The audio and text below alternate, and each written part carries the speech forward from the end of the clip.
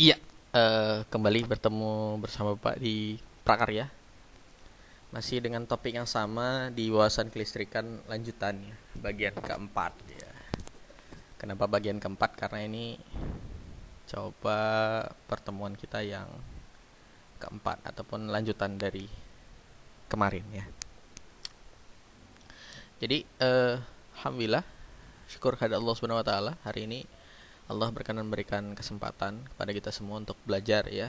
Jadi di awal Bapak tetap kasih semangat untuk kalian. Ayo belajar biar tidak ketinggalan. Insya Allah apa yang kalian dapatkan hari ini, insya Allah bermanfaat, insya Allah berguna, insya Allah mudah-mudahan memperoleh keberkahan ya.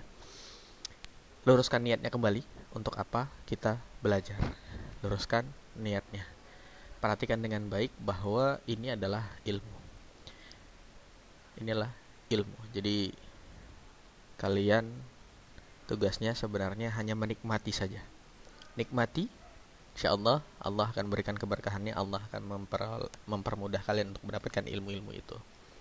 Baik, setelah sebelumnya kita belajar tentang wawasan kelistrikan, bagian sebelumnya itu kita sudah selesaikan tuntas tentang peralatan listrik yang sering digunakan di rumah. Kali ini eh, Bapak akan menyampaikan seputar perkakas ya, perkakas pada instalasi listrik. Jadi kalau kemarin tentang steker, stop kontak, ya kan, setelah itu saklar, setelah itu ada piting lampu, itu semua peralatan listrik. Ya, cara instalasinya agar dia berguna, agar dia bisa tersambung dengan kabel dan sebagainya, kita butuh perkakasnya. Perkakas itu apa? Perkakas itu alatnya, ya, alat digunakan pada instalasi listrik. Jadi yang pertama itu ada test pen, yang kedua ada tang, yang ketiga ada obeng, yang keempat cutter ya. Jadi kita akan bahas satu persatu pada pertemuan kali ini. Simak dengan baik. Oke, kita lanjutkan. Test pen ya. Ini adalah benda yang tidak asing lagi sama kalian. Mungkin juga ada di rumah ya. Bapak yakin juga kalau orang tuanya rajin eh, suka tentang alat listrik, biasanya ada nih di rumah. Jadi test pen ini tuh apa? Test pen ini sejenis obeng ya, obeng, dan kepalanya bentuknya minus seperti obeng minus ya.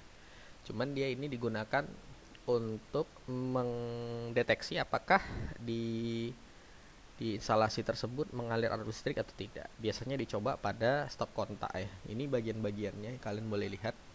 Yang di sini itu ada lampu indikatornya. Ada lampu. Jadi kalau ada arus listrik dia hidup. Ini penjepit. Penjepit ini gunanya kalau kalian taruh di kantung, dia bisa jepit. Taruh di celana dia menjepit juga. Baru berikutnya ini isolasi. Jadi ini batang besi. Dia dibalut sama sejenis plastik ya. Kenapa disebut isolasi? Ini bahan isolator ya, biar tidak kena listrik ya, biar tidak kesetrum maksudnya. Dan ini tutup, dan tutupnya di atasnya ini ada sejenis plat logam. Jadi kalau kalian nanti lihat bendanya ada plat logamnya. Dan ini ujung test pennya ya. Ini bagian untuk pengujian. Inilah nanti yang diletakkan di sumber arus ataupun di instalasi listrik yang terbuka deh. Kita lihat cara menggunakannya. Cara menggunakannya kalian bisa lihat.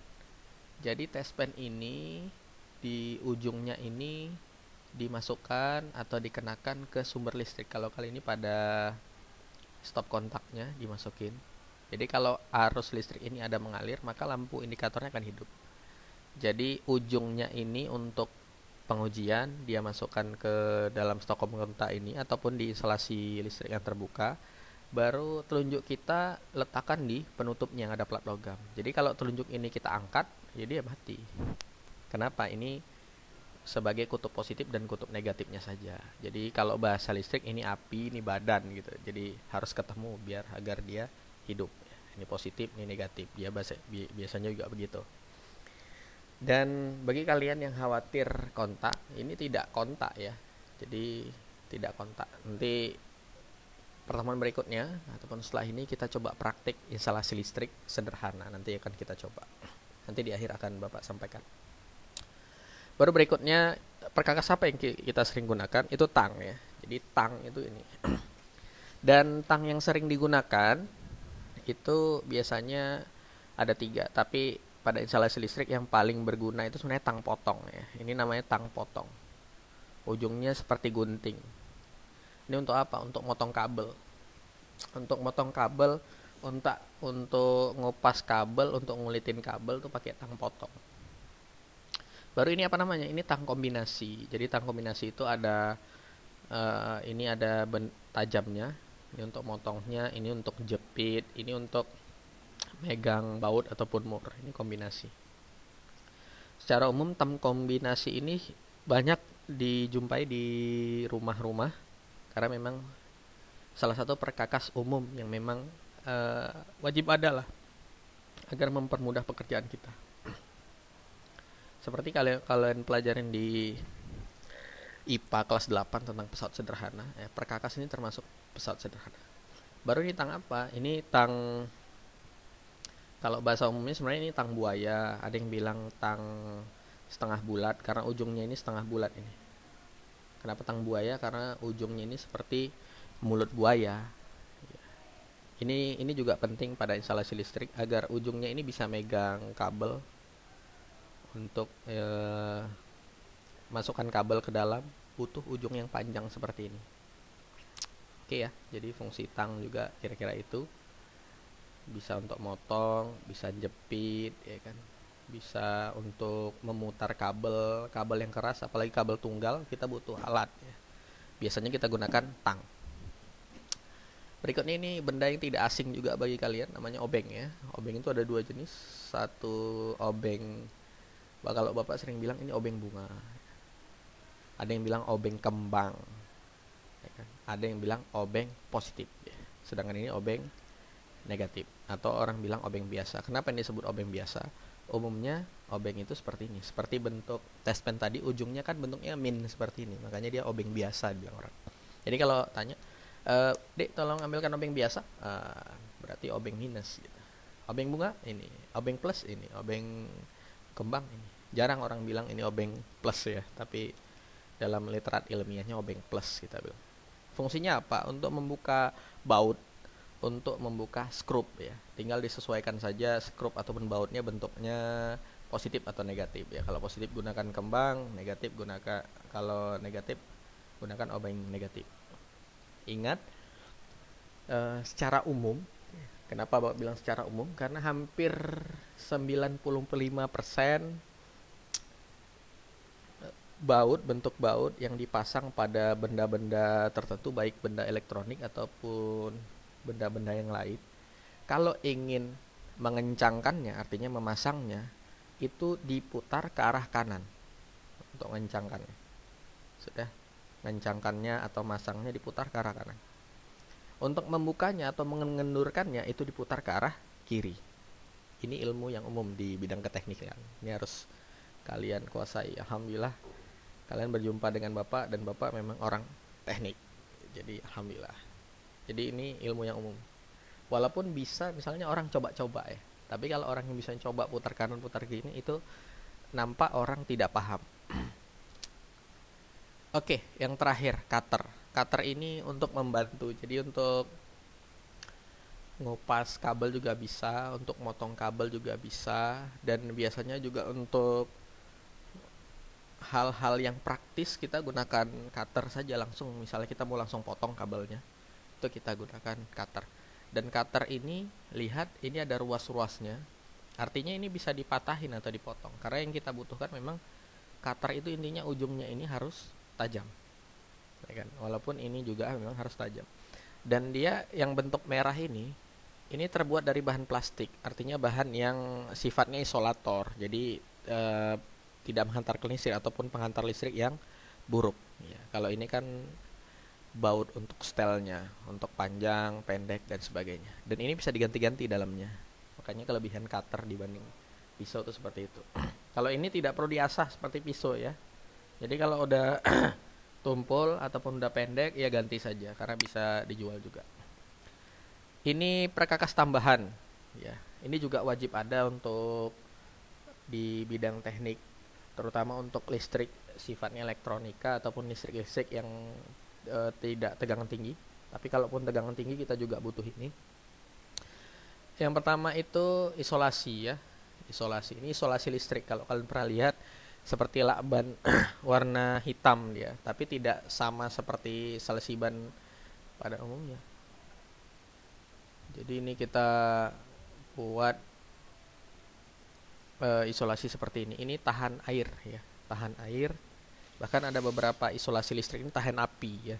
Jadi kalau dibakar tuh nggak lonyot dia. Karena memang isolasinya untuk pada penyambungan kabel kita butuhkan. Untuk kabel-kabel yang terbuka kita bungkus dengan isolasi ini. Cara masang isolasi ini pun ada teknik tersendiri ya. Jadi bukan dibalut begitu saja, ya kan? Ada tekniknya. Nanti ketika pertemuan kita praktik akan bawa praktekkan. Yang kedua gunting. Ini gunting kabel listrik, lihat ujungnya. Ini benar-benar tajam ya. Ini fungsinya juga untuk ngupas kabel bisa. Untuk kabel yang keras kita bisa langsung potong pakai gunting ini. Ya. Berikutnya solder ya. Solder ini sebenarnya hanya tambahan, kalau ada ya alhamdulillah, kalau tidak ada ya nanti kita minjem atau beli lah ya. Tapi yang wajib memang dua ini wajib dalam peralatan listrik. Kalau ini fungsinya untuk mematri ya, matri, bisa nyolder ya, sejenis mematri, dia nyolder. Biasanya kita gunakan di peralatan-peralatan elektronika. Kita gunakan solder. Kelengkapannya ada timah yang kita panaskan menjadi cairan baru menjadi perekat. Jadi ini alat untuk itu, menyolder. Nyambung untuk di alat-alat elektronika seperti IC, di resistor ya kan, di kapasitor, di perangkat elektronika seperti TV, radio gitu kan, dan lain sebagainya. Karena memang dalam prakarya ini sebenarnya kenapa Pak belajar prakarya itu wawasan listrik ya, wawasan listrik. Jadi dengan kalian mengetahui peralatan listriknya apa saja, baru perkakas yang digunakan pada umumnya apa saja, akhirnya kita bisa melahirkan sebuah ide ya, ide yang cemerlang, barang yang mempunyai nilai jual ya, nilai jual yang masih belum begitu jadi tapi bisa mempunyai nilai jual. Jadi kalau dilihat indah dipandang mata, orang kepingin ya. Dan satu lagi sifatnya praktis, itu yang paling penting. Yang berikutnya memberikan pemahaman, ternyata kita bisa buat loh, tidak mesti beli. Ya, kesimpulannya apa? Kesimpulan pertama seperti yang Mbak sampaikan, peralatan dan perkakas listrik itu sangat kita butuhkan dalam seharian kita. Karena memang untuk hal-hal darurat kita butuh peralatan ini. Kita butuh peralatan ini. Baru berikutnya dengan perkakas yang sederhana kita mampu bongkar pasang peralatan listrik. Jadi kalau darurat, tidak darurat, kita bisa bongkar pasang. Bahkan kalau ditambah sedikit kreasi, kita mampu buat melahirkan ide untuk memperlahan listrik ya. Contoh misalnya kalian mau buat lampu belajar kalian sendiri, tinggal buat sendiri, kreasikan sendiri.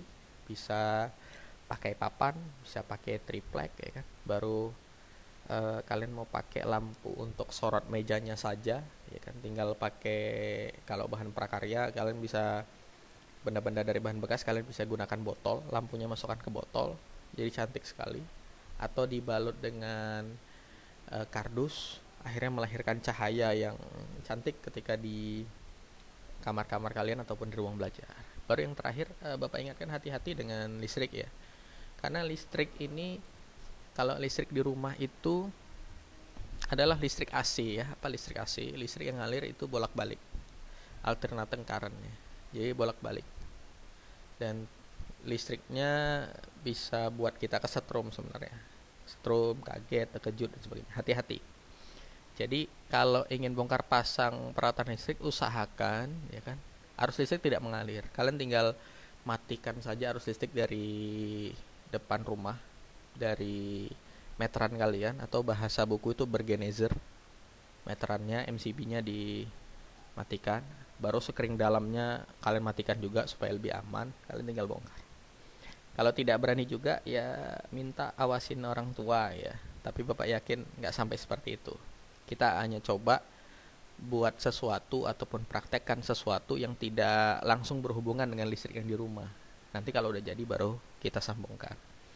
Jadi peringatannya yang terakhir, hati-hati dengan listrik. Sampai di sini mudah-mudahan bermanfaat ya. Insyaallah pertemuan berikutnya kita praktik tentang instalasi listrik ini. Nanti akan Bapak tanyakan kesiapan kalian setelah ini ya. Nanti bentuknya juga menjadi penilaian, siapa yang merespon akan Bapak nilai, yang tidak merespon ya nilainya ya tidak merespon begitu. Baik, terima kasih atas perhatiannya. Mudah-mudahan Allah memberikan keberkahan kepada kita semua, karena yakin saja ini kita berada di jalannya orang yang belajar ya. Bahkan ada yang mengatakan orang belajar itu kalau itu jalannya para syuhada ya. Jadi kalau mati di medan belajar ya syahid pahalanya. Jadi mudah-mudahan berkah. Tetap semangat, jangan kendur semangatnya. Baru Bapak pesan jangan banyak main gadget ya, karena gadget ini efek candunya luar biasa. Oke, sekali lagi terima kasih. Alhamdulillah. Assalamualaikum warahmatullahi wabarakatuh.